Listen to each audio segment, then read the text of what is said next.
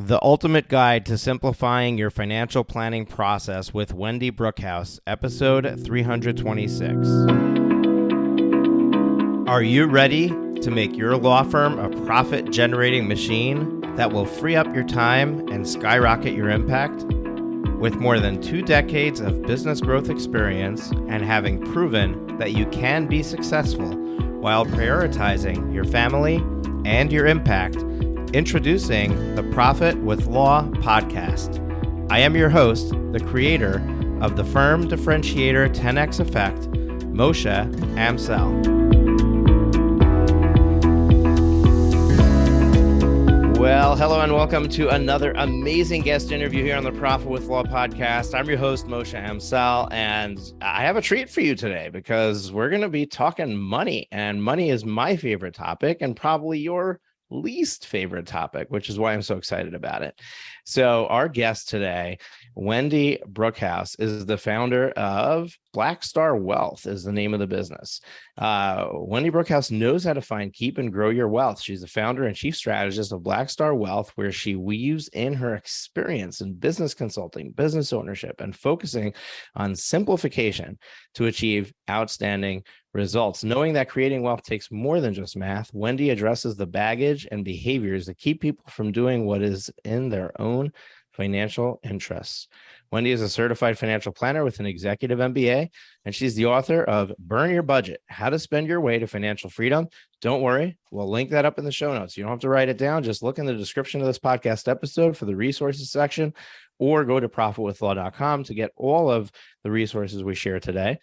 She serves on the faculty of the Women's Leadership Intensive and served as chair and director of Junior Achievement of Nova Scotia and Junior Achievement of Canada. She is a media ambassador for FP Canada. I don't know what FP stands for, and the host of The Real Bottom Line, a podcast featuring entrepreneurs for entrepreneurs. She loves rugby and is always ready to travel for a good concert. Speaking of good concerts, my favorite music genre is country, and so is my wife's. Oh, wow. And our dog's name is Rascal Flatts, after our favorite band. So we also love going to a good concert, although we haven't been to one since COVID started. So it's time to get out there and live again. So hopefully we'll do that this summer. Rascal Flatts is not touring anymore, but somebody will be. Anyway, before I jump into today's episode, I want to just remind you that you have the opportunity, if you're interested in learning more about our coaching program. We have an elite lawyers coaching program where we can help you double your revenue, 10x your profit in 12 months. And if you want more information about that, you can't just get it by checking out our website or calling us on the phone. What you need to do is you need to book a free coaching call with one of our coaches. In that coaching session, we are going to absolutely blow your mind and open up your eyes to what has been standing in the way, stopping you from achieving the results that you want. And we'll really start the roadmap for you on getting to where you want to go. When you leave that coaching call, you'll have everything that you need. You actually won't need our coaching program, but so many people realize that with help along the way, you're going to move so much faster. So at the end of that call, they might offer you a spot in our coaching program if you're a good fit.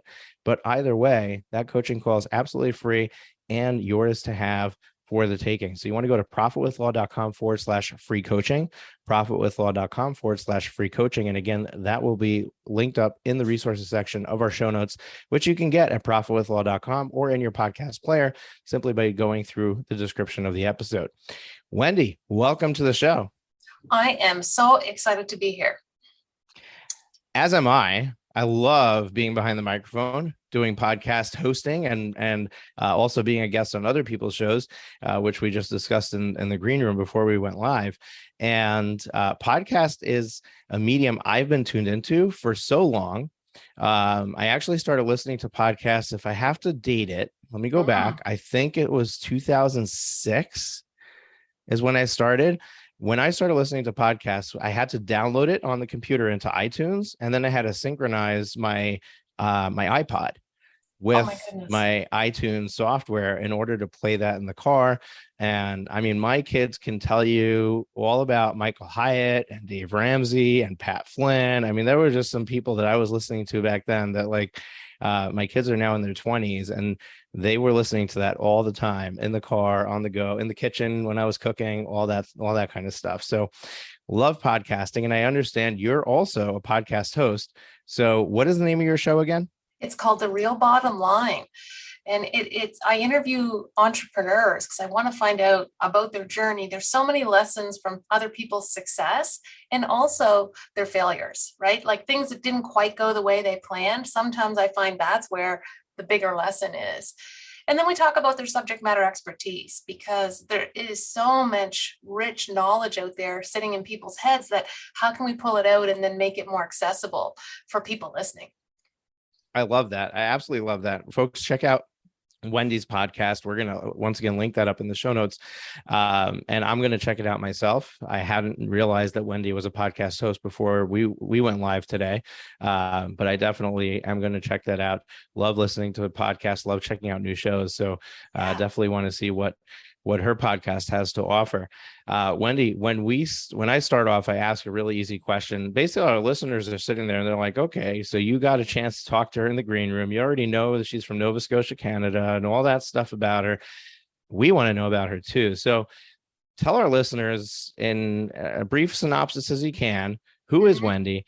What makes her tick? And how in the world did you end up starting the company that you start and doing the thing that you do, which seems to be financial planning? Yes, exactly. Okay, so we'll go back a little ways. I was doing consulting back in the day. I would do business plans, strategic plans, marketing plans, help with some of the implementations. And I started working with a financial advisor. And then I realized I think I could do a better job. I did have a finance degree that I hadn't actually unpacked and unused in a while. So I started in that way. I came in independent from the get-go. And what that means, I wasn't working with a shop. I wasn't getting training all the time on how to sell, what to sell, all those things. So there were times when I felt like I was fighting my way out of wet paper bag. However, I have come to over time truly appreciate that time because I was able to develop unique methodologies that really helped clients with what they needed. It wasn't necessarily about products. Products are so important, but they're a byproduct of a good plan. Meaning that I love to simplify people's whole financial system down to one number personally, one number from a business perspective, so that they know and what they have to focus on and where they can affect change is the biggest thing. And so that was my journey. And now I'm 16 years in. And I absolutely adore, in particular, helping business owners and entrepreneurs because they have so much opportunity. And a lot of them haven't necessarily paid attention as much to their personal wealth because they're so busy building the business. Yeah. And really, before you even said that that's your favorite person to work with, that question, the statement you just said, which I'm going to turn into a question, that question is exactly where I was going to go after your intro, because I know my people, right? Yeah. And when they're building a business, they take their salary last. And I don't know if you can see over my corner, but the book Profit First is right there over my shoulder on the bookshelf behind me. Mm-hmm. And I'm a Profit First professional. One of the things that I teach is this idea of Profit First, of paying yourself first before going and paying expenses in your business. This way you make sure that you control your expenses so that you have a profit at the end. But ultimately, the mindset that most law firm owners and entrepreneurs in general, but where our audience is law firm owners, the mindset that most law firm owners has is I need to put this money back into the business to make it grow. I got to get to a point where I'm profitable, or I got to get to a point where I'm taking home enough income that now I have extra money to do stuff with. And one of the things that they're not thinking about is the future. They're not thinking about kids' college. They're not thinking about retirement. They're not thinking about the things that a financial planner would talk to them about. Whereas somebody who's got a job and a salary, you can talk to them about, hey, we got to change your household budget so that you could take 10, 15, 20% of your income, whatever the number is, and throw it at these other things. With a business owner, it's a much more difficult thing to navigate. So here's my question. This is a very long intro to the question for you. When is the right time for a business owner to start thinking about investing outside of their business? Wow, that's a great question. I like to start a little bit Stephen Covey-ish, if you will, and that would be begin with the end in mind. So I am a huge fan of starting as soon as you can, because I want you to have the habits around saving and investing and doing the things you need to do. I don't care if it's little. I just want you to establish the habit. And I love that you're a profit first professional, because I am a fan and I have used that in the past as a methodology. But here's the thing I think we need to really understand as well. Our business is a tool to provide the money to have the life we want. And if we're not aware of that interaction of how that is, then I think we're missing a little bit of a boat, because the business isn't there just to take all our time and help others. It's also to help us as business owners, and we have to devise that.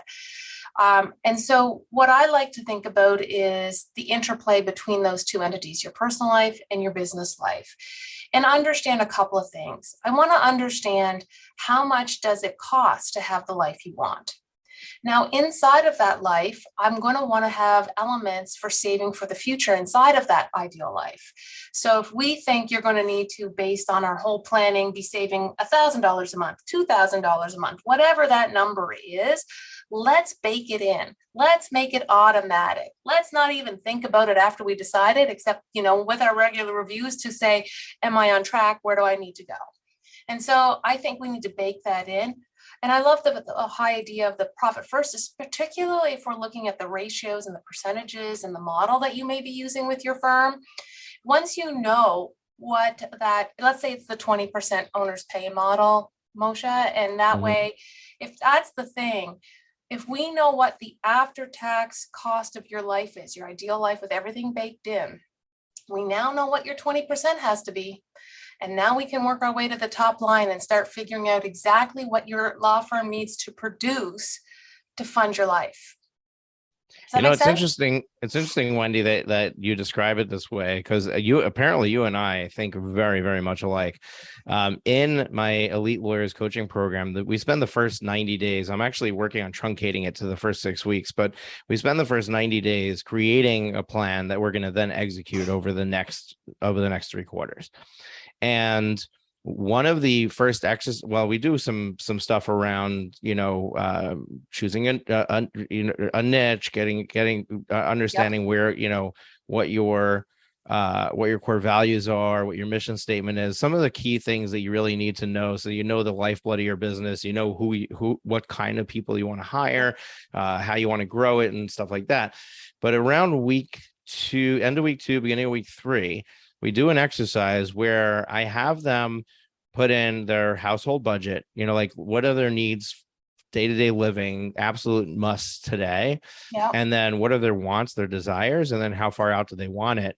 And I build out a spreadsheet with them where we create this ideal situation of where they need to be with the total income that includes the amount of money that they're saving for these other goals.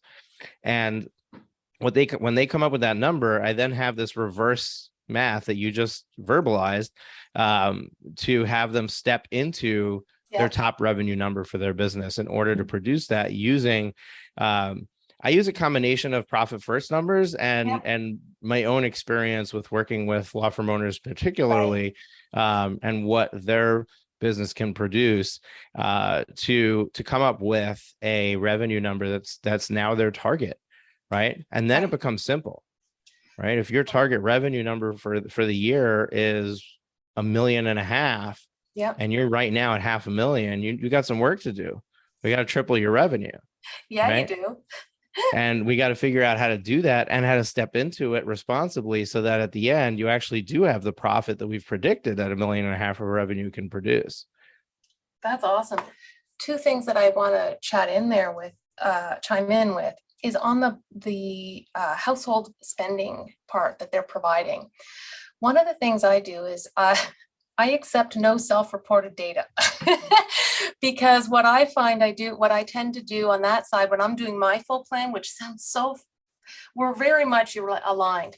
But I will actually analyze 3 months of their spending on the personal side, because I find then that I have an actual, here's what's actually needs to go in the plan. And here is when it comes to, and I use the word spending plan versus budget. It's just a mental thing. I think it's the difference between a diet and a lifestyle eating plan. I like spending. It sounds less restrictive. Anyway, when I'm putting the spending plan together, I will use that data from the spending, from the analysis of spending. First off, people forget stuff all the time. Second off is I can get a real sense of, is there a spending issue in here that needs to be kind of addressed? And I don't mean address in the mean stop it, but what I mean is providing some boundaries around it, that so they still get that feeling that they're still in control, and that they can, if they're a professional recreational shopper, if you will, that they can still partake in some level, but they just have some boundaries that they're going to help establish themselves, so that they're not feeling restricted or denied and all that kind of stuff. That would be one of my comments. The second part I was thinking about was when you get to the top line. One of the things I like to do when I get to the top line is a couple of things, and it depends on how it's built. So would you say most of your lawyers are doing hourly work? Are they selling packages? What are they doing? Yeah, it's interesting you asked that, because it crosses the gamut, right? There's hourly, there's flat fee, there's membership subscription services. They really run the gamut, and I'm a huge fan of everything but hourly. But I do understand that litigation attorneys, when you're doing lit, you really can't predict how much time is going to go in, and you kind of need to protect yourself. If you do a flat fee, you really need to be aggressive in what you're going to do with that. So there are things that we can look at for to do flat fee there, but really it's most of those attorneys are going to be doing hourly. And then there's contingency also. There's a lot of like personal injury, med mal, stuff like that, where they're 100% contingency. They're just getting paid on a third of the or 33 or 40% of the payout that the client receives. And that adds new dimensions to everything, which is really about cash flow management, right? It's about being able to accurately predict your cash flows and make sure that you're prepared for the dips when you're cash tight. Yeah, that's a couple of things there too. So when I'm helping, what I like to try and do is somehow position that top line, so the $1.5 million number you were talking about, I like to try and break it down so that it doesn't seem so big and scary, because $1.5 million sounds scary.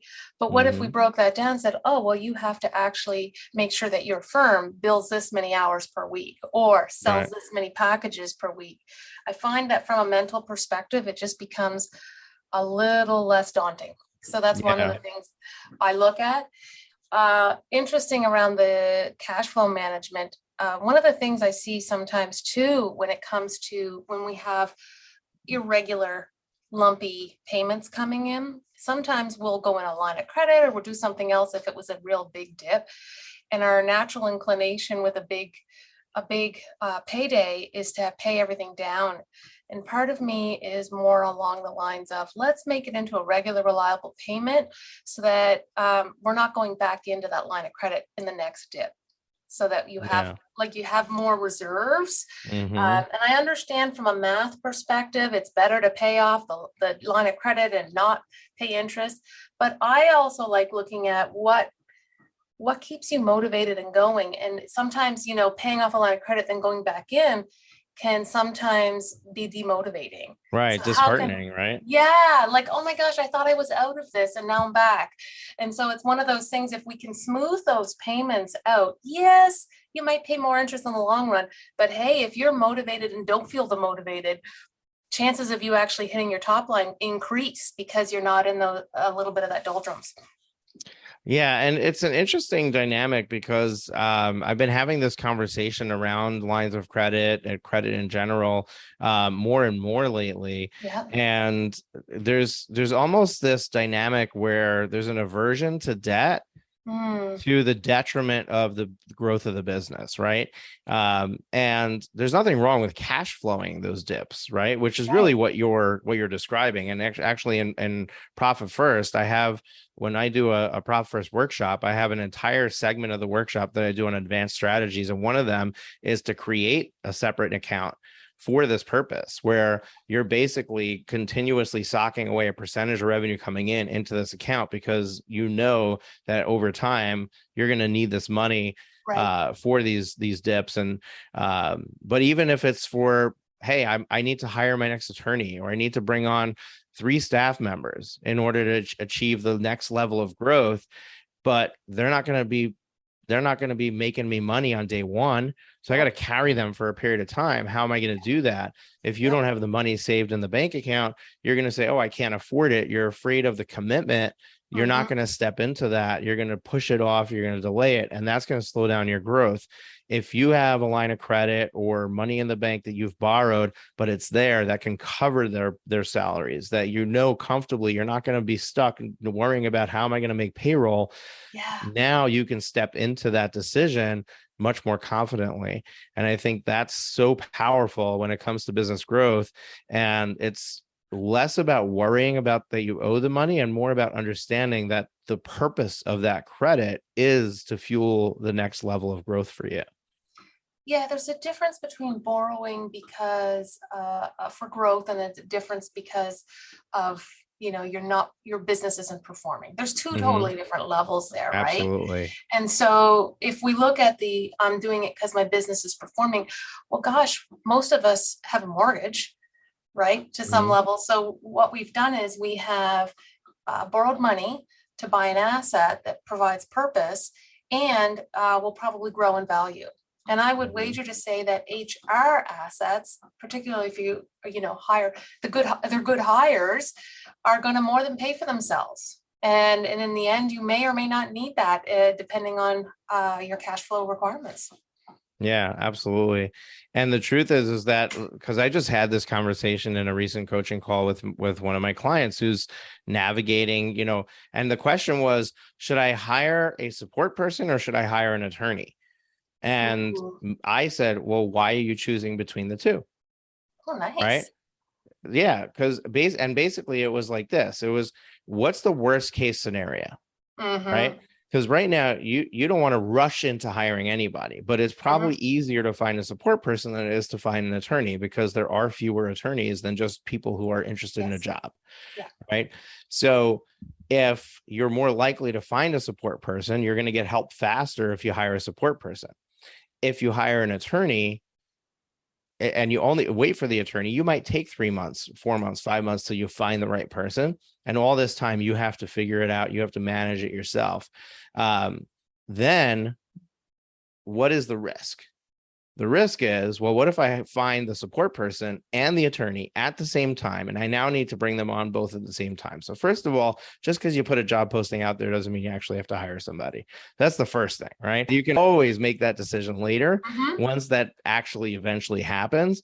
But the reality is that if you did need to hire them both at the same time, how long would it take for each of them to be paying for themselves? Right. 30 days, 60 days, 90 days, even go crazy, 120 days, right? Let's say 4 months it takes for them to actually be completely paying for themselves, where you're not, okay, how am I paying for this? Well, we tend to think of, oh, I need to pay an attorney $100,000. I need to pay a support person $50,000. So I'm going to have $150,000 in the bank. But the reality is that at most you need 3 or 4 months in the bank. Take that and divide it by 3 or divide it by 4. And now, okay, I only need 50,000 in the bank. Right. And now it's a lot easier to step into that because you've removed this mountain that you've created for yourself in your head. Well, and sometimes what I feel like, because I can relate to this, is if we don't make those bold moves and bring those staff in, the other attorney, the other support person, what happens is you get super busy because you're good at what you do. And then what happens is all of a sudden you start self-sabotaging a little. because if you go talk to that person or you follow up with that person, you're getting the work and you're like, oh my gosh, where do I going to do this work? Versus, it's freeing to have resources and have capacity that you can bring to bear, because then it's not all on you. Yeah, absolutely. Okay, so we've talked about this idea or concept of somebody who's growing and how to grow, how to step into growth. And it all started with my question to you of when is the right time for somebody to start thinking about all these other things that they might need to be saving for, like their retirement and their kids' college and these other big financial goals. And your answer to me was they should start right away, which I love, because even in Profit First, like when we teach Profit First, you're not putting 15, 20% profit into your profit account on day one. No. So the idea that we teach is just start putting something, take 1% of your revenue and start putting that in a profit account and do that on day one. And then over 18 months, there's a stepped in plan of how you're going to get to the right level of profitability by making some tough decisions along the way, and also hopefully growing in the process as well. So I think it's really the same idea where you just got to start doing it, even if it's a small, tiny little bit. So if you've been putting off creating a 401k for your business or something like that, then just open it up. Like, why do you have to maximize the $56,000 you're allowed to put in there as a business owner? Put in $5, put in $100, put in $1,000, and start somewhere and let that start to grow for you, but also develop that habit of, hey, this is an integral part of my plan. So let me switch gears for you. I've got a law firm owner listening who's killing it. And they got the 40% profit margin and they've got more cash than they know what to do with, and they're not putting it back into the business. Yep. What do they do next? Well, that is such a great place to be. First off, and the first thing is to celebrate that, because I think sometimes as entrepreneurs, we don't take the time to celebrate when we start getting all these really great places to be. So then what I would do with that much money is you obviously have to talk to a professional, okay? Someone who understands all the ins and outs of the different offerings that are available to you. And as a business owner, typically the financial planner's toolbox is bigger because they have access to a few more things. And then it's thinking about a couple things. One is, what is your legacy? Number two is, when is enough for you as a business owner? Some of us will never stop. And some of us, for me, we call it the power number, is knowing when I have enough to say, if I wanted to walk away, I could. Mm-hmm. Okay.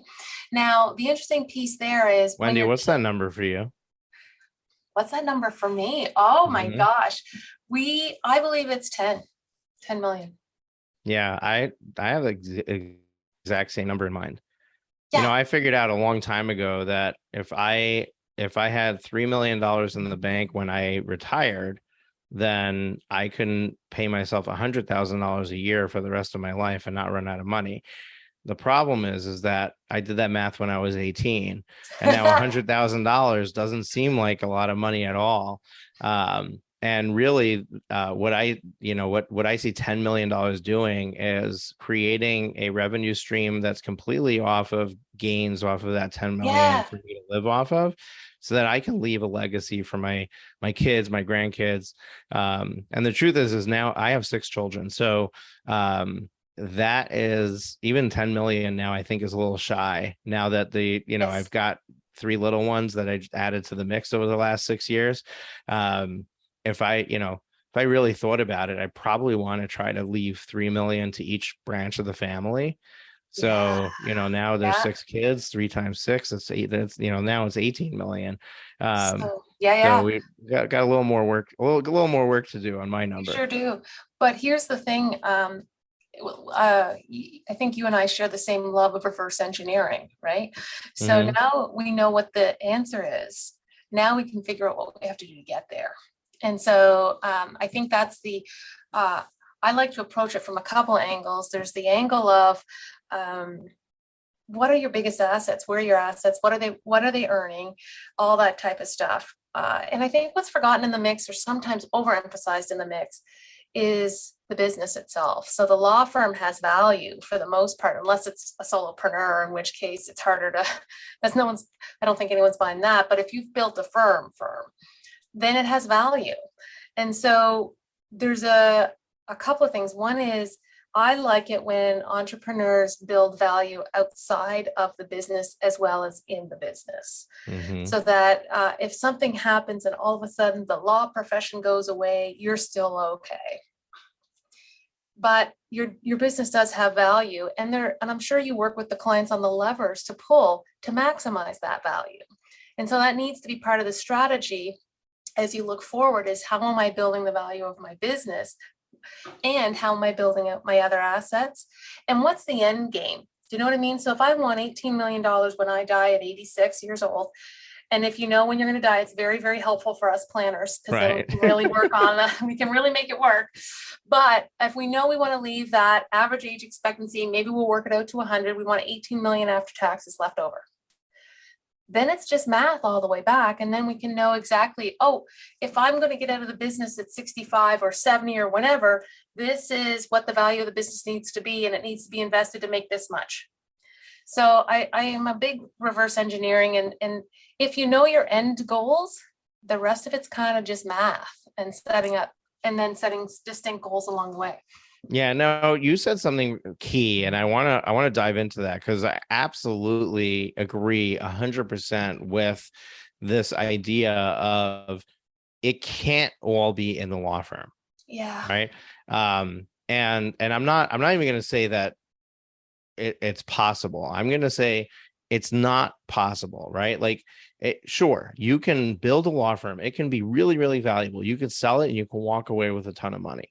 Yeah. But the reality is that when you have all your eggs in one basket, when you have all of your financial assets tied up in a single investment, your risk level is too high. Yeah. And there's too much that can happen that can make you lose it practically overnight. Yeah. That is a mismanagement of risk. And something that I've been learning in my own navigation of my own wealth creation, as well as my clients' wealth creation, is understanding your risk tolerance and understanding what level of risk you're actually taking is really instrumental to navigating the right path for you, which is not the same for everybody. So let's talk about risk for a moment. What are some of the risks that people know and some that people don't realize and aren't thinking of? And how does somebody go about assessing their risk appetite and therefore knowing what the next steps are for them? That is such a great question. And I feel that the typical industry that I work in, we've distilled it down to some questions, and we come up with a number, right? We come up with a number. Your risk tolerance is 85 out of 100. So your risk tolerance is high. I've recently started working with a firm that offers more of an emotional intelligence assessment of risk. And also that risk is actually more of a scale, or it's dynamic. The risk tolerance we felt in January before the market crashed is vastly different than the risk tolerance we have today, now that we have, declining markets. So we have to recognize that it's a spectrum. Number one. Number two, we also have a bunch of behavioral things that are affecting it. Things like anchoring, like where do we get our information? Are we making decisions based on the last piece of information or that we received? Do we have a tendency to do that? And making these behavioral, like they're called heuristics or shortcuts our brain takes around money and other things in our life. And we want to understand how much we are subject to some of them, because then we can make sure that if we have a tendency to do something that's probably not as good for us in the long run, that we have a little bit of a stopgap, because now we're aware of it.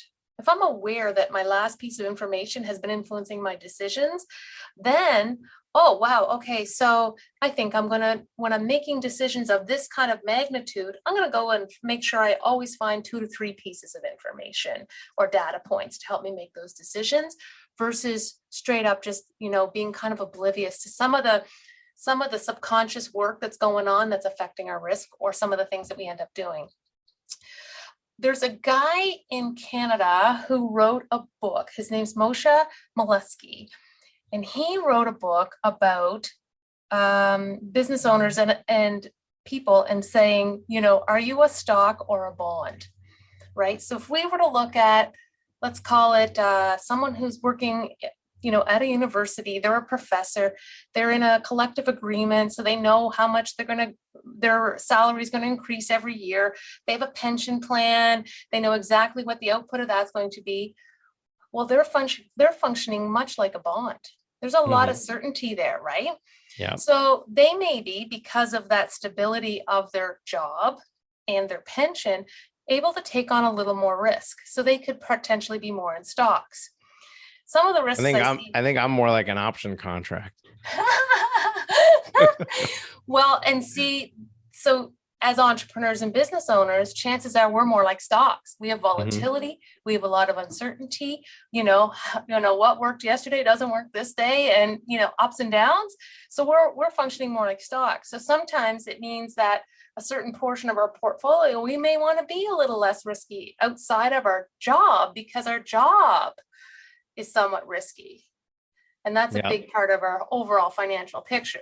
So those are just a couple of the things I think you should take a look at as you're assessing your risk and being honest with yourself about what your risk is, and somehow pulling out any FOMO that might be going on, fear of missing out, and really looking at your real goal and what do you need to do to get to that goal, and do you need to hit a multiple home runs, or will singles and doubles get you there, right? And I'm not saying that you should never try and hit the home run, but I'm saying in context, how many doubles and doubles do people get before they actually hit the home run? They're not hitting home runs every time they're at the plate. Right.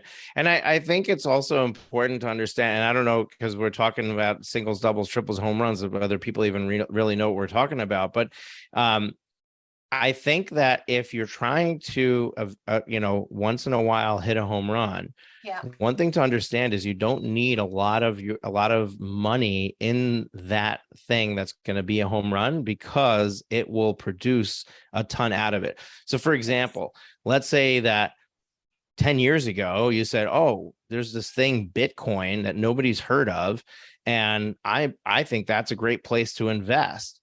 If you had $100,000 in the bank, you didn't have to take 100,000 and put it in Bitcoin. Had you done that, you'd be very, very wealthy. But had you taken $10 and put it in Bitcoin, you'd be very, very wealthy. Yes. Right. So you don't need to, when it comes to like swinging for the fences, you can actually do that with a very small amount of your assets, and therefore limit the risk and still have the potential of the reward, while at the same time doing some boring things like buying a rental property or investing in an index fund where, you've got a pretty good idea of what kind of return that asset's going to have for you. You lower, and you limit the downside risk on it. And you do that with a much larger portion of the assets that you have to invest. Couldn't have said it better. It's a little tortoise and hare, right? Yeah. The tortoise gets there. Yeah. And so, I mean, I've played around with a lot of the different options that we have. Like I've had and I have rental real estate. I trade options. I invest in the stock market. I own bonds. All of those things. There's a lot of different options that somebody has of, what to do with their money. And if they're not as curious as I am in figuring it all out, where does somebody start? I mean, because even most financial planners they're going to guide you to the market, right? They're going to guide you to you called them products at the beginning. They're going to guide you to products, whether it's financial products in the stock market, or financial products in the bond market, or financial products in life insurance, or financial products in REITs for real estate. They're always going to guide you to these financial products, but they're not generally, and I could be making an assumption about financial planners in general that's wrong, but they're not generally getting involved in guiding you on real estate investments and, individual real estate investments and things like that. So how does the typical individual navigate what their menu of options are, and where is the best place for them to start based on who they are and what they might enjoy or not enjoy, or the risk tolerance they have and things like that? So I want to start with asset allocation. So when we look at the ultra high net worth or very high net worth individuals, asset allocation is very split up. They keep a fair amount in cash. They've got some money in real estate. They've got some money in stocks. They've got some money in bonds. They're in some alternative investments, those types of things. So the spectrum that they are exposed to or playing in are usually much bigger than just stocks or bonds, which is what your typical financial planner or advisor would be, investment advisor in particular, would have access to. So it's keeping that in mind and kind of mapping out, where do you want to be? So if you looked at, okay, I think I want to always keep 10% in cash. So if an opportunity comes up, I'm ready. I want to keep this much in stocks. I want to keep this much in bonds, and that asset allocation is something that you would use your risk tolerance to help put together. And then the second thing I would look at is building an opportunity filter. So an opportunity filter in my mind is what must be true in order for me to make this investment, no matter what asset class it's in, right? So let's look at real estate, for example. I have seen people who invest in real estate for the income stream from the rentals. I have seen people go, well, I don't even mind losing a little bit of money because I'm all about the capital appreciation.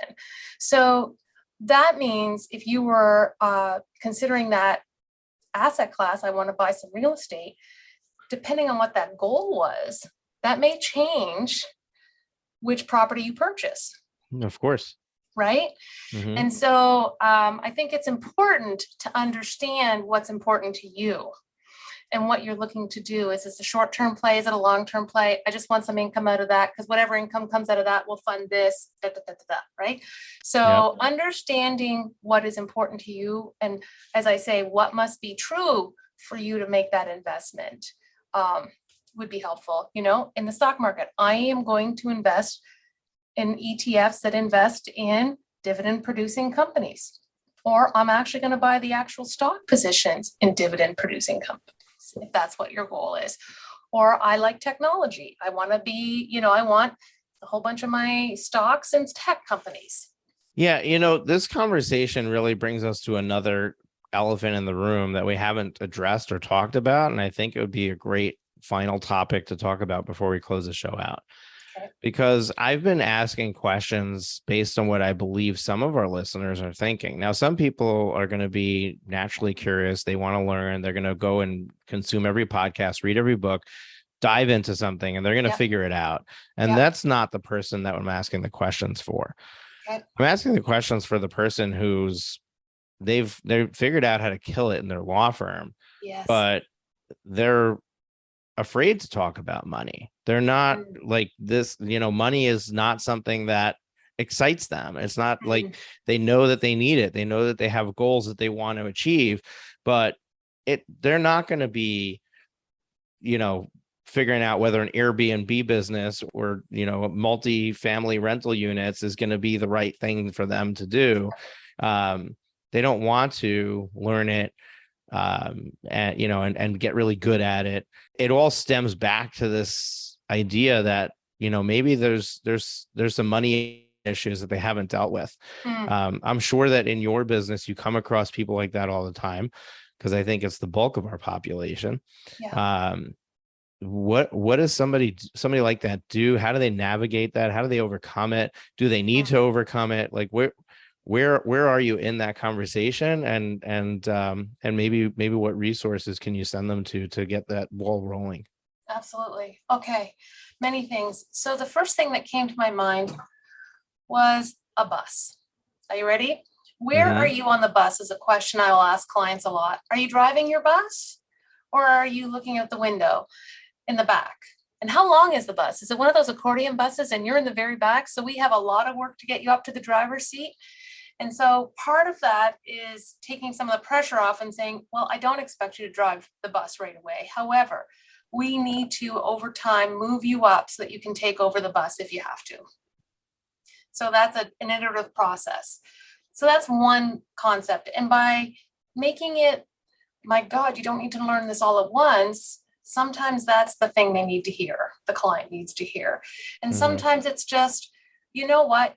I know this is a new language, just like law has its own language, finance has its own language. And so what I oftentimes tell clients is, feel free to ask the same question 10 times. I don't care. Because what's going to happen is every time I give you an answer, you're going to hear something different. And also something else will stick. And then all of a sudden, you know it. So having the courage and the bravery to go, I don't care if I've asked this question 5 times, I'm asking it again. Because sometimes someone will say something different and then all of a sudden it's crystal clear what that is. So there's that piece. So where on the bus is important. When it comes to asking about our money mindset, I have 3 questions that I ask in the first meeting when I'm doing discovery, if you will, because I'm trying to understand some of the things that may actually be affecting their money story, kind of like what you alluded to. So the 3 questions are, 1, what is your first memory of money? 2, what did your parents do with money that you would like to copy? And 3, what is one thing that your parents did with money that you never want to do? Those 3 questions can surface an awful lot of baggage. And if there's a ton of baggage, then I will probably say, hey, you may need to talk to a money mindset coach, because I'm all about surfacing and making you aware and conscious of things affecting your decisions. But there's people who are way better at fixing that than I am. But I will use that information as I'm building plans so that I know, oh, this is the ideal solution. This is probably not going to work for them because X, Y, Z. So let's figure out how to make this solution so that we get to the same finish line in the same time frame in a way that they can adopt and be motivated to do. Okay. Does that make sense on those questions? Yeah. Now I love those 3 questions. And I'm curious, because this is a thought that popped into my mind. How is it practically everybody who goes through these 3 questions finds that the thing that they saw their parents do that they never want to do is something they're actually doing? Oh, it happens a lot. It does happen a lot. And again, a lot of it's unconscious, right? So by asking that question, it becomes a conscious level conversation. And I'll filter back to one of your conversations around the emotion we tie up in money, because it is a tool. It is a tool for good. And if you are someone who wants to increase good in the world, it helps increase the good in the world. If you're building a very strong family that gets to, has a great relationship with money, does good things within the family unit, you're raising children now who will go out and multiply that effect, right? So, changing your relationship with money can change the world, because a lot of people have stress and anxiety around money. And it's these, depends on the image you want. It could be a good angel, bad angel on your shoulders. It could be little voices in your head that tell you what you should be doing, how you should be. Should is a very bad word. Oh, you can't do that. No, you can't, like all those words, those little voices. And that's why I think it's so important to have a really good plan that contemplates a lot of this stuff, because it shuts those voices up a lot, turns them way down. Yeah. And it's interesting because you talked about, having a healthy money environment, and then having a family unit that has healthy money habits. I've got 3 grown children and I have 3 little ones. So the 3 little ones I can't, derive anything from, but I can tell you that all 3 grown children have entirely different money habits, and they all saw the same thing. Right. Yep. Now it's possible that they had different, like things were happening differently at different stages of their life. So they, that's how they stepped into that.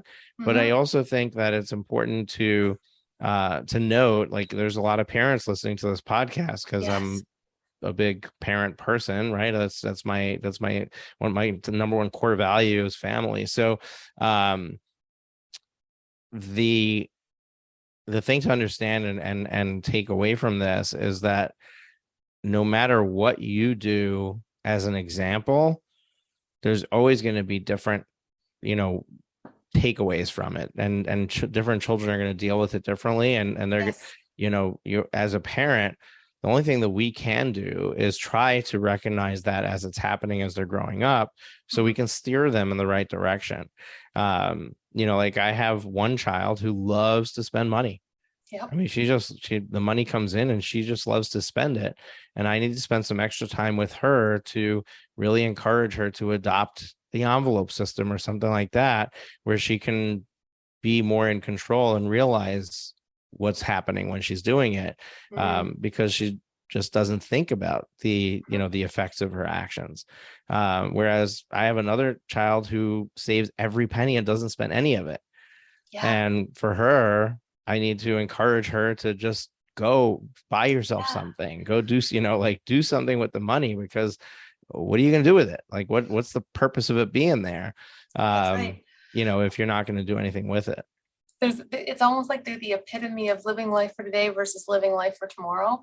And I feel like those habits probably showed way earlier than you realize. Because I ask parents all the time, especially those that have more than one, so which one's a saver, which one's a spender? And they go, ah, and they name the kids. They already know, and they're 5 years old. So it's fascinating. And I think the job of a parent is, so in my mind, it's nature, not nurture to some degree. However, how do we help them build the habits so that if they're one way or the other, you kind of bring them back to the middle, is what I was thinking there. So on this topic, do you have any tips on what parents can do to help build good habits? Well, I really like, I wrote an article about this actually, about the allowance system being a little bit more flexible. And so if you have chores that you want your children to do, assign a dollar value to them. So allow them to control their income. And particularly if you are in a entrepreneurial family, makes so much sense. And the second thing is then have a prescribed formula for them. This is how much you get to spend. This is how much you get to save. And this is how much you get to donate. And so then you're starting those habits right from the get-go. Number one, you are in control of your income. What you choose to do affects how much money is coming in. The second thing is that they already get used to, they can spend some, they can save some. And if you are a philanthropic family, adding in the donation part can be quite rewarding. Yeah, I love that idea of giving them those, this is how much you can spend, this is how much you can save, this is how much you can donate. I would just expand on that and say, give them a range, right? Yes. So give them a minimum, like you have to save at least X amount. You have to donate at least X amount. You have to spend at least X amount. Right. But you also cannot spend more than this. You cannot donate more than this. You cannot save more than this. So they have this range where they can choose within that range who they are. Like, do I want to give away the money more? Do I want to spend money more? Do I want to save money more? But they still build those habits that are healthy, of sharing money with others, being willing to part with it with nothing in return for you. Yes. Buying things for yourself. Yes. And also saving for the future, which, those are really, really three very strong money habits that if built really young can really produce a very well-rounded, healthy financial individual. And starting early and building habits, you'll notice I love that word, but building habits or, routines around that stuff. Every Sunday we sit down and calculate how much you made and we decide what's going in what jar, there's a conversation with your kids that can be super rewarding and a chance to interact with them at a different level. Like, what are you going to buy with this? That's a good conversation. Yeah. I love how it's interesting because you chose a week. right? Yeah. Now that makes a lot of sense because kids need to have like very quick positive feedback, like, oh, I Yep. did the chores, I want to get paid for it. And if I don't get paid, then halfway through week 2, I'm totally not interested because I don't know if I'll ever see this money, right? But at the same time, doing it every week could be a real chore for the parents, right?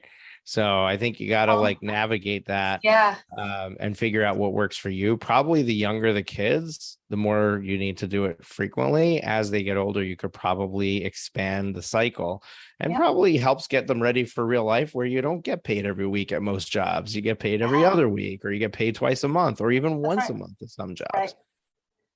Yeah, I mean, these systems are adaptable. You know what came to mind when we were talking about minimums and maximums? I feel like this is the profit first for your kids' money. Right. Like helping them come up with their percentages, helping them come up with all that stuff, and then executing on it, right?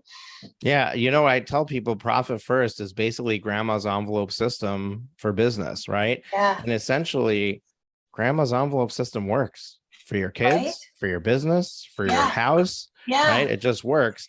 And that's something that Dave Ramsey is all about. I was a big Dave Ramsey fan for a long time, but I don't subscribe to his no debt at all costs philosophy. So, I don't talk about him a lot, but there's a lot that he teaches that's really good. Like his debt snowball is a perfectly amazing tool for somebody to get out of debt. And the envelope system, which is how he teaches you to learn how to budget for your household.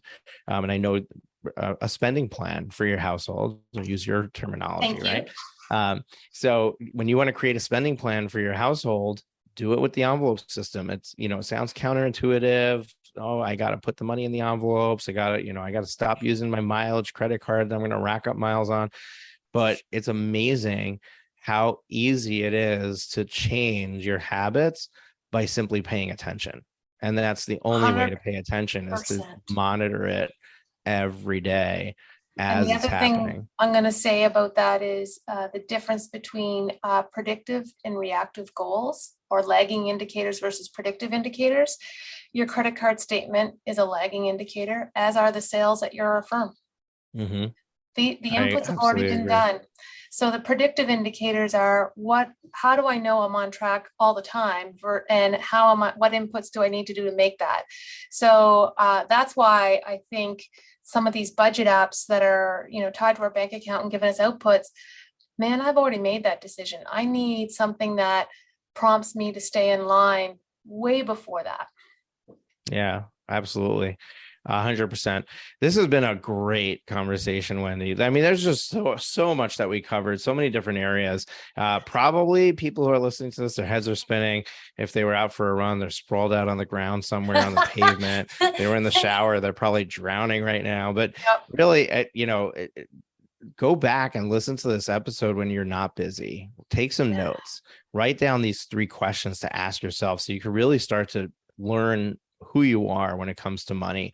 Start to think about your legacy overall. What happens outside of the law firm? What am I going to do with money outside the law firm? Even if you're not producing extra money today, start with something small and just start building the habit of putting some money away in a different asset outside of the firm, saved for your future, whatever that might be. You don't want to lock it away in a retirement account. You don't want to take the tax savings because you want to have flexibility with it. You might want to spend it on your kids' college. Great.